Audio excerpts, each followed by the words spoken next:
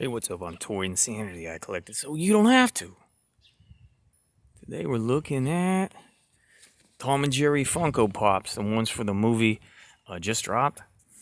And then I got the two pairings of older ones from back in the day, a few years back. I assume they were in the animation line. These are in the movie line. And we'll talk about the history of Tom and Jerry. Did you know that they originally called Jasper and Jinx? Did you know they were created in 1940? Did you know this is one of my insanity cats? His name is Bert. Bert, say hello to the people. Bert, what's on your nose? He's like, you woke me up for this. He do like to run outside, but he was taking a nap a minute ago in the window. All right, so check it. Back in the day, Tom had an axe and he's going, like here, kitty, kitty, kitty. And Jerry had cheese. What do you think of Jerry? Do you want to get this mouse? He's never seen a mouse, but he's seen a toad. And I figure, he's not trying to entice Tom with the cheese. He's just already got the cheese out of Tom's trap. And then they did the Target exclusives, pretty much the same scope, but Tom got a BOMB and Jerry got some dynamite. Let's see what they got now, because this is clever. Jerry, that's the only two. They never made Spike, the dog. So now Jerry got a mallet, okay? He's a little bit different colored, I guess, because of the movie. But he got a mallet ready to smack Tom in the head, okay? So they all look very... the whole thing is they're like always antagonizing each other. They're always very violent. But it's cartoon violence. It's slapstick. It has to do with, the slapstick humor from back in the day. It's not the whole idea. So like Disney had the silly symphonies, and then Looney Tunes came along with the merry melodies. Well, MGM started doing something called the Happy Harmonies, and that's what they is from. But here's where the little bit of consistency just falls apart, because he ain't holding anything, much less a weapon. But yeah, what's the deal with the movie? Here's the thing. First of all, I hate Funko Pop boxes. I do like Funko Pops, Some people just hate every single thing about them. I hate the idea that you're buying into this subculture that you should keep the boxes and flip them or something. But here's what I just realized, because all these are very flawed and damaged. What do? I do the video, I take them out of the box, I put them in a baggie. Also, he gets a stand, I guess, because of that big lopsided mallet. The first two Jerrys didn't get a stand. I mean, there's just so much inconsistency with Funko Pops and everything else in the world. I just want him to be holding some kind of device to destroy Jerry. But this is what I'm realizing. Okay, here's my current rant.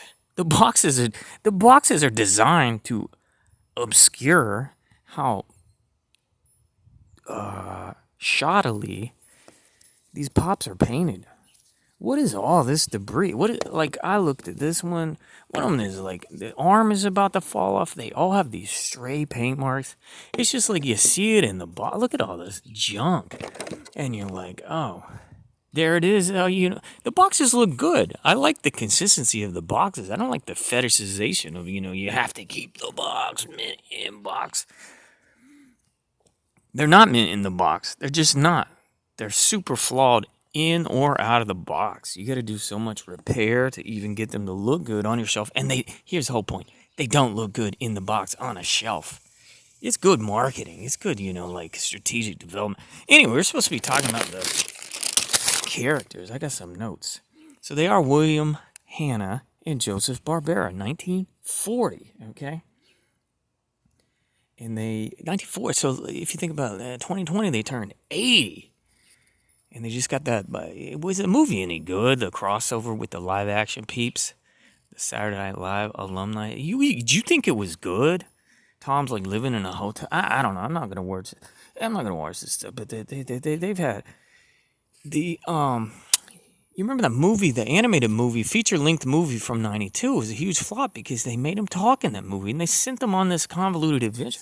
The whole thing is slapstick. It's slapstick, and they're silent. The reason they're silent because it's a throwback to the silent film era. We're talking Buster Keaton and your boy Charlie Chaplin. They ain't supposed to be talking. Don't make my guys talk. Let's see if there's anything interesting I can tell you. Yeah, they've come at each other with axes, hammers, firearms, firecrackers, explosives, poison, traps, saws, decapitations, electrocution, arson, maces, mallets. Okay, so why all that in the history, all that in their legacy, all that in their background, backstory, and back catalog, and you're gonna give me a Tom holding nothing?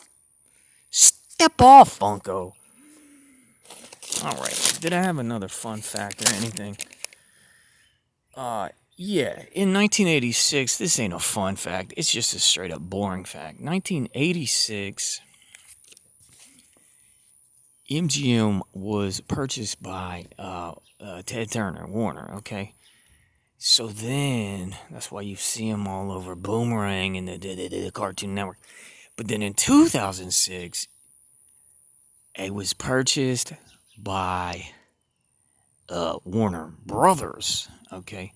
So that's why nowadays, when you see the merchandise like this, when you see, let's say you see the Mystery Minis, remember when those came out for the Looney, it was Warner Brothers properties. So there was Tom and Jerry with the stinking Looney Tunes in the same blind boxes. But I don't know why they haven't crossed over on the TV and movies and cartoons and such, but they can cross over in the merchandise because, what am I trying to say? Warner Brothers owns them nowadays. Okay, is that a fun fact?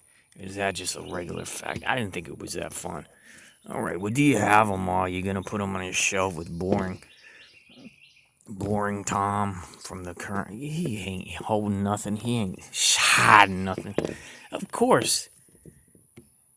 What's more violent than Tom and Jerry? Maybe Itchy and Scratchy, because they're direct parodies. And what? My other Jerry's needed stands, Funko. And but point was there the next time. I know that it ain't designed to be removable. I guess it's cool that it is, because now I can give it to somebody else. But Funko Pops are just hunks of plastic. I mean, don't judge. Look, I ain't judging you if you collect them. Obviously, I collect them. I'm a toy maximalist, and I collect all kinds of things. But at the end of the day, when the moon wobbles, they're just hunks of plastic. We gonna trade these for beans? We gonna trade them for beans and bullets? It's just a junk, a bunch of junk, a hunk, a bunch of vinyl. All right. But I like them. I like them so much. All right, this is the best Jerry. The best Tom is the first one. The worst Tom is the last one. And the worst Jerry is the first one. I'm happy to have them. Happy to be here. Susan, does this meet your approval for YouTube content? They are violent, but I mean, they are just cartoons, and there's no blood or gore in the cartoons, and there's certainly no blood or gore on these Funko Pops of hunks of chunks of plastic, and I'm just amazed by how many little dings and flaws and Oh my gosh. Cha cha cha cha cha cha cha cha. Thumbs up. Thanks for looking and go ahead and get out of here. Goodbye.